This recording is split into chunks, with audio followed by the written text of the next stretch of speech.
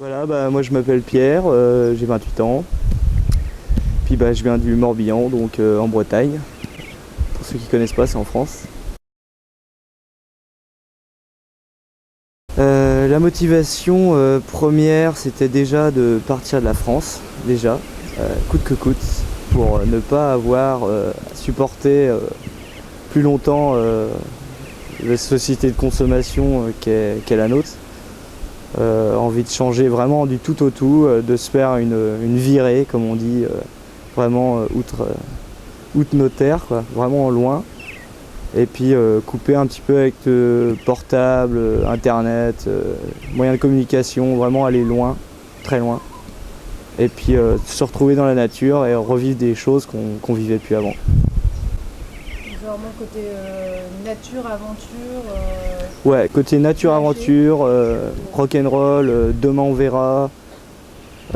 Tu vas là, demain tu iras ailleurs, et puis tu rencontres des gens. Et puis voilà, vogue la galère, un pneu crevé on le répare, on n'a plus d'argent, on va travailler.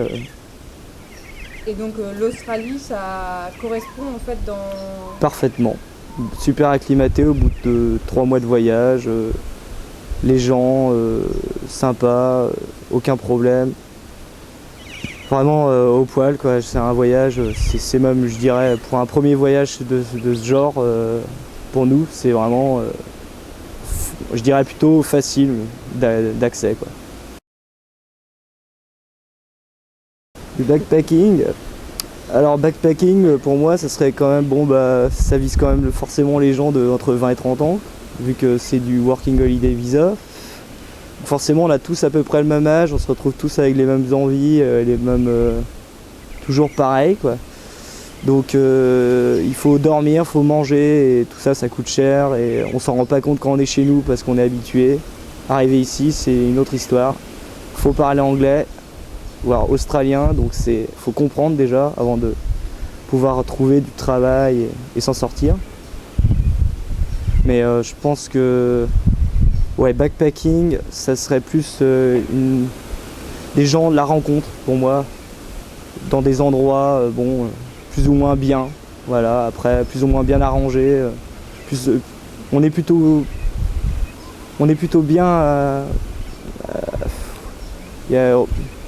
quand on rencontre les gens, ça se passe plutôt bien ou plutôt mal. Et du coup, ça se passe mal, chacun part dans son coin. Genre, voilà, backpacking, ça peut se passer bien comme ça peut se passer mal. Enfin, mal, c'est un bien grand mot, ça veut dire c'est chiant. Voilà. Et donc vous vous sentez appartenir à un espèce de mouvement? Ouais, quelque part, ouais, en France, on sait qu'on est, je sais plus comment on est à partir chaque année, comme ça en Australie. Je sais qu'on est quand même un bon petit nombre, mais on a tous cette optique d'aller visiter et voir des superbes paysages et voir quelque chose qu'on verra jamais en France. Et puis ouais, se libérer, quoi, se lâcher, acheter un camion qu'on n'aurait jamais acheté en France, acheter quelque chose, une nouvelle vie en fait, s'offrir, voilà. Les dollars, ils viennent à une vitesse hallucinante. Beaucoup plus rapide qu'en France, chez nous, où ça met 3 jours à encaisser un chèque, où ici c'est immédiat, tout part très très vite. Et on est... vraiment ça va très très vite. On serre la ficelle, donc on se met en mode le pas cher. Donc on achète les produits les moins chers constamment, parce qu'on n'a pas le choix. On gratte sur des conneries, quitte à acheter du PQ qui gratte, mais tant pis. Mais autrement, on préfère acheter des choses simples, mais bon, on va pas non plus se couper de manger et boire, parce qu'il faut bien vivre. Donc en période de disette, c'est le moins cher, c'est les noodles.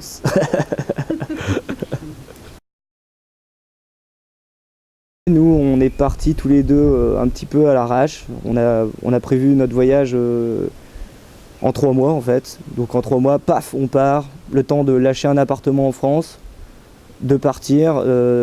Moi j'ai vendu ma voiture, Clémence n'a pas réussi, elle n'est pas passée au contrôle technique. Du coup, nous voilà avec ma voiture vendue, quelques thunes à gauche à droite récupérées. Puis nous voilà avec quasiment 4000 € arrivé en Australie, de quoi subvenir à nos besoins. On pensait facile 1 mois et demi en se disant c'est bon, on a le temps. Au bout d'une semaine, on a commencé à manger nos dents, tellement on avait peur. Du coup, on s'est empressé d'acheter un camion. Le premier était le bienvenu. On a visité 3 ou 4 et du coup, le camion nous a permis d'avoir cette vie beaucoup moins chère, beaucoup plus agréable. Avoir un toit surtout, tous les soirs. Et non un backpack qui sera soit bondé ou soit trop cher. Du coup, une liberté qui nous convient parfaitement en fait. Ça me paraît logique ce genre d'achat en fait. Et oui, donc 4 000 €, moi j'aimerais prévenir ceux qui veulent partir, c'est d'en mettre un petit peu plus dans les poches avant de partir. Mais après ça, on peut très bien travailler et l'argent ça se gagne et voilà. La stratégie, la première, ça a été Internet, parce que c'est ce qu'on faisait en France pour trouver n'importe quoi, n'importe où, n'importe comment. Mais on s'est rendu compte qu'ici, il fallait la jouer autrement, parce que Internet, on n'arrive pas à trouver, on s'énerve et c'est pas du tout ce qu'on voulait. Du coup, changement de plan, on l'a fait à l'ancienne. On sort la boussole, le sud c'est par là, l'ouest c'est par là. Et du coup, ce qui était important, c'est qu'on s'est dit, de toute façon, les endroits où on veut travailler, c'est du fruit picking. C'est ce qu'on nous a déjà parlé, que c'était facile à trouver. Donc on prend le petit camion et puis hop, on part. On trouve des gens qui ont des petits bouquins comme le Harvest Job qui proposent des petits boulots qui permettent d'orienter la destination. Puis ensuite c'est un petit peu improvisé. Donc on vient de toquer à la porte. I'm looking for a work. And yeah, c'est comme ça quoi. Ça se passe mieux comme ça d'ailleurs. Alors ça, c'est la bonne question. C'est-à-dire que ça va se décider au cours du voyage. Parce qu'on n'a rien qui nous attend en France. On peut rester une 2e année derrière. On n'a pas de maison à payer, on n'a pas de gamin, ni de chien. On a juste un chat. Mais le truc c'est que ouais, ouais, ça peut être possible, ouais.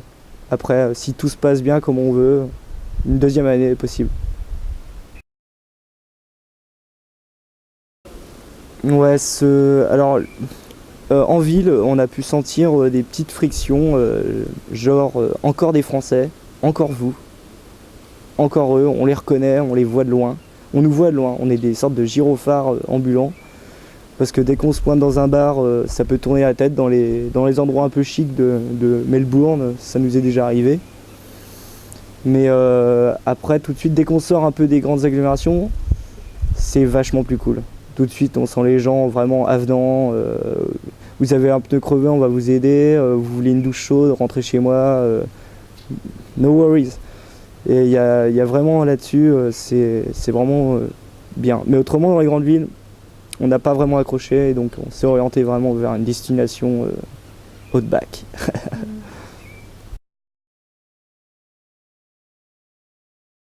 Je dirais l'arrivée à Burke et cette découverte du boulot qu'on fait, qui a été vraiment, ça a été, nous voilà des cow-boys.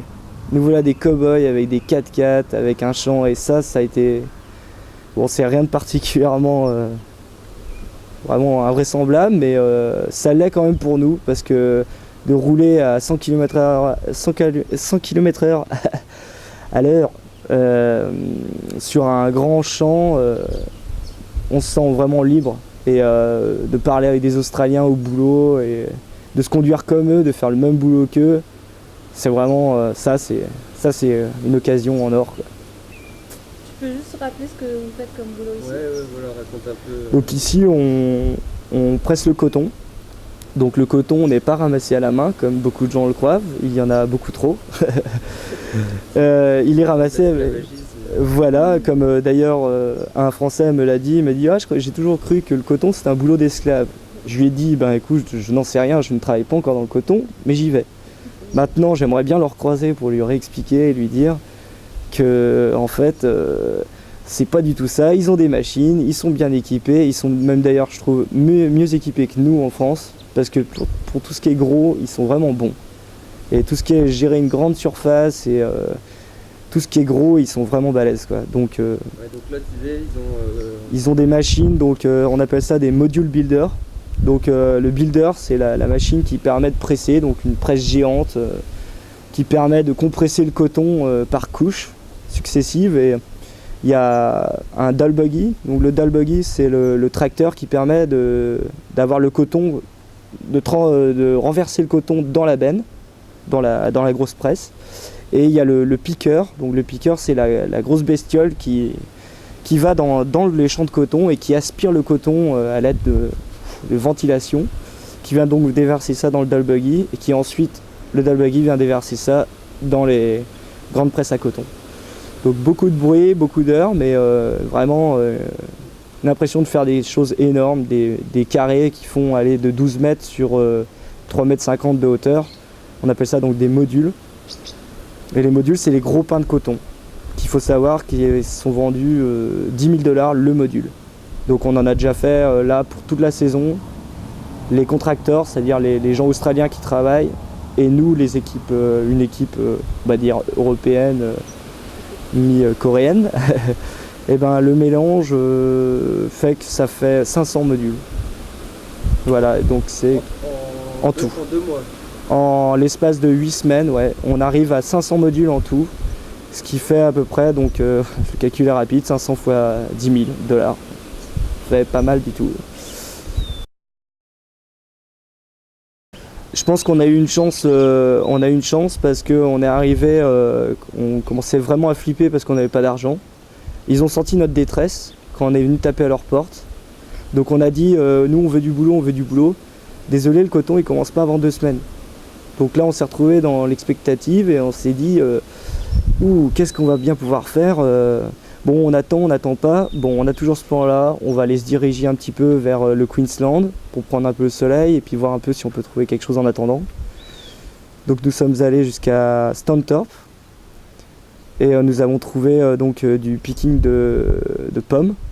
Donc on a fait 11 jours là-bas, mais ça s'est mal passé parce que les pommes étaient petites et que le boulot est très très fatigant. Donc c'était pas possible. On n'a pas tenu longtemps avec d'autres Français.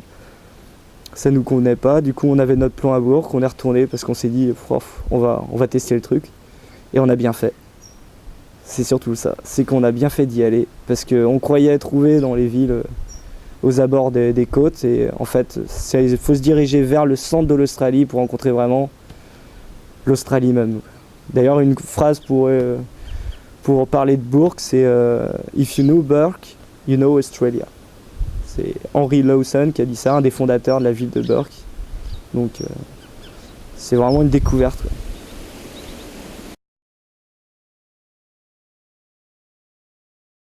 Ouais, il y a eu des moments de flip qui ont été vachement mieux gérés qu'en France.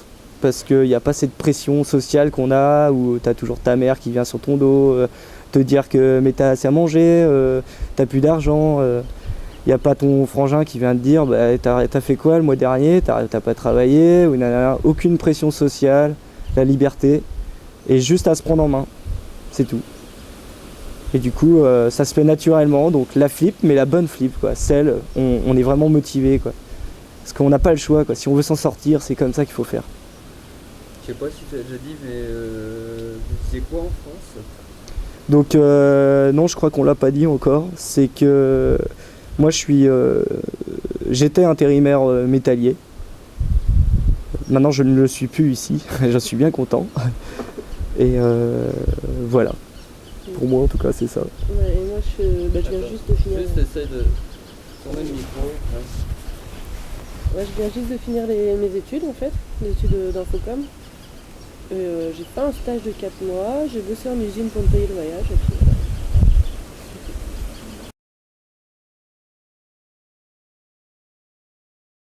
voilà. Personnellement, je suis agréablement surpris. C'est que j'imaginais un peu l'Australie en me baladant sur des sites internet, comme de plusieurs sites différents avec plein d'images, et on s'y croit quand on regarde l'image. Et sur certains endroits, je suis rentré dans la carte postale directement. Je suis vraiment rentré dedans et on a eu droit à ce qu'on voulait. On était venu pour ça, on l'a vu en photo et maintenant on l'a vu en vrai. Et du coup, du rêve à la réalité, moi je trouve que c'est génial. C'est exactement ce qu'on voulait en fait. Bah, j'ai eu 3 mois pour le préparer, du coup j'ai pas eu le temps. Je me suis dit si j'allais commencer à tout profiler comme pas mal de gens le font, c'est-à-dire 1 an à l'avance, ce qui me semblait d'ailleurs logique comme idée, moi ça m'a pas plu parce que c'est pas comme ça que je vis les choses. J'aime bien le rentre dedans et quelque chose d'improvisé. Et si j'avais prévu plus mon voyage, je pense que j'aurais pensé à acheter, je sais pas, une clé internet, du matos, des trucs qui en fait me servent à rien du tout. Moi tout ce que je veux c'est pouvoir boire, manger et puis le basique en fait, revenir à des choses simples. J'avouerais que j'ai choisi l'Australie parce que déjà j'ai rencontré un pote maintenant qui lui est parti en 1 an en Australie en Working Holiday Visa. Ça s'est très bien passé, du coup une seule discussion, une soirée à boire des bières et parler de l'Australie m'a fait réveiller un petit truc dans ma tête, comme quoi c'était là-bas que je voulais aller. Je sais pas pourquoi pas une autre destination que celle-là, mais paf, c'est là. Les kangourous, les boomerangs, tout ce qu'on connaît en France, c'est ça qui m'a donné envie. Je veux aller voir ce que c'est, quoi. J'en ai marre de dire constamment, moi j'ai un pote qui est déjà parti là-bas. Non, j'ai envie de dire, je suis parti. Et ça, c'est super important pour... voilà, j'ai 28 ans et je voudrais m'ouvrir un petit peu au monde extérieur et pas être seulement un petit Français à travailler 35 heures par semaine. Fini tout ça. Changement total. Les 1 an, après, il pourra se passer ce qui se passe, mais moi, ce que je veux, c'est que maintenant, je suis parti, ça, c'est fait. Et c'est un truc, je l'aurai pour moi et pour tous les gens que je pourrais rencontrer après, pouvoir dire, ouais, va là-bas, c'est génial, il faut le faire, c'est bien, quoi.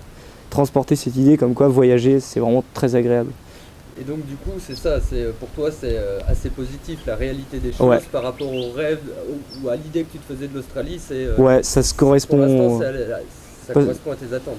Parce que je pense ne pas avoir trop de besoins comme je suis pas une fille, mais de devoir me maquiller ou d'avoir constamment besoin d'aller en boîte de nuit ou de me faire valoir devant les gens pour X raisons en me faisant passer pour quelqu'un que je ne suis pas, je m'en fous. Moi, tout ce que je voulais, c'était du paysage, des rencontres, et l'Australie, c'est parfait parce que il y a beaucoup de gens qui voyagent de tout horizon et justement rencontrer d'autres gens qui sont dans d'autres galères et qui ont d'autres projets différents et c'est vraiment très agréable. On sort un peu de son petit train-train quotidien et on se prend en main, quoi. Fini la glandouille, quoi. Quelque chose à rajouter Take it easy.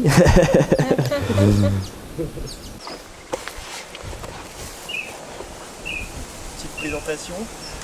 C'est parti. Donc voilà, tout ça on s'en fout. Alors le petit bar, pratique comme pas deux. La petite visite. Donc voilà la chambre à coucher. Pas bien grande, mais vraiment suffisant. Avec tout ce qu'il faut, tout l'équipement est en dessous, c'est-à-dire simple, rapide, efficace. On va pas se casser la tête. Ici la salle à manger donc, avec voilà 2 places en cas de pluie parce que y en a marre de mettre la tonnelle et puis d'attendre 3 plombes. Et donc le siège conducteur passager qui nous permet de longues heures de route. Vraiment passionnante sur des routes très très longues, beaucoup plus longues qu'en France. Alors tu l'as acheté à des Australiens? Je l'ai acheté à des Anglais. À des Anglais qui eux étaient restés 1 an et 7 mois ici. Donc ils ont fait le 2e Working Holiday. Bon, au bout de 7 mois, pour une raison ou pour une autre, ils en avaient marre. Ils restaient 1 mois sur Brisbane et puis après ils rentrent en Angleterre. Des gens très charmants d'ailleurs. Mais voilà, comme il disait, c'est un triste jour pour nous de vendre The Van. C'est un peu notre maison, c'était notre trip. Et c'est marrant, ils nous ont eu du van et ça s'est passé super bien et on a senti que c'était clean, les factures étaient là. facture à l'appui, on a réparé ci, on a réparé ça. Bon, quelques trucs merde un peu sur le camion, mais bon, c'est pas méchant et le moteur tourne. Ces petits cocons, on a senti les gens qui se faisaient leur petit nid là, qui voulaient pas être emmerdés par les gens. Camouflage, on veut pas nous voir, on veut être tranquille, foutez-nous la paix. Mais ils nous ont tout mis, mais en dessous, c'est con que je puisse pas monter, soulever la planche, mais vous verriez tout ce qu'ils nous avaient mis. On avait 3 planches de body, on a du matos de pêche à gogo.